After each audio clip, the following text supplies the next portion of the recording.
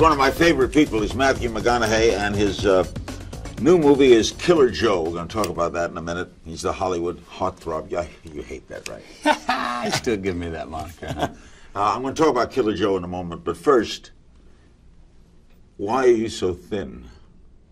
I'm losing some weight. I got a role coming up in middle of September, and I lost 15 pounds. I got to lose about 15 more. It's a guy, it's based on the true life of a guy named Ron Woodruff in the 80s.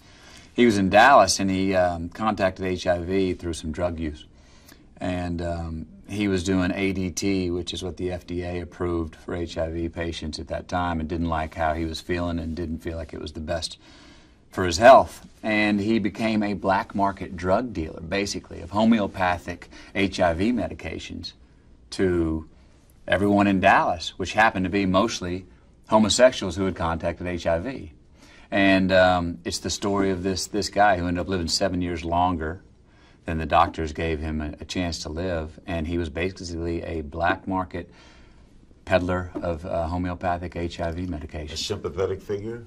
I don't know. I mean, sympathetic because he's sick and he has HIV, but the humor and the irony of it is the guy was actually very homophobic. And so all of his clientele, he's not on it's not a crusader movie. He's not on a crusade.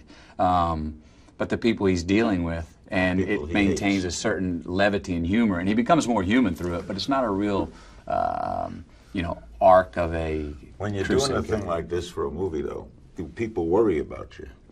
Like, are you okay? Well, they might have started to worry about me until we got to talk about it here, hopefully, and hopefully they'll understand that I am okay, and I'm doing it on purpose. And you got to lose another 15. I need to lose another 15. I should not look healthy by the time I'm doing that. Is it hard to lose weight? It's hard, but the hardest part, and then what makes it easy, is you got to mentally click.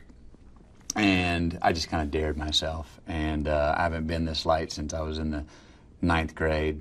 And I'm kind of looking at it as a sort of a cleanse. It's a bit of a spiritual cleanse, mental cleanse, and drinking a lot of tea and things like that. And so the first 10 days are much harder than after the first 10 days because it takes a while for your body to understand that it has to feed off of itself and that you're not going to give it something else from the outside to eat. So we cleared up. You're not sick. I'm not sick. What's the name of the movie? It's called Dallas Buyers Club.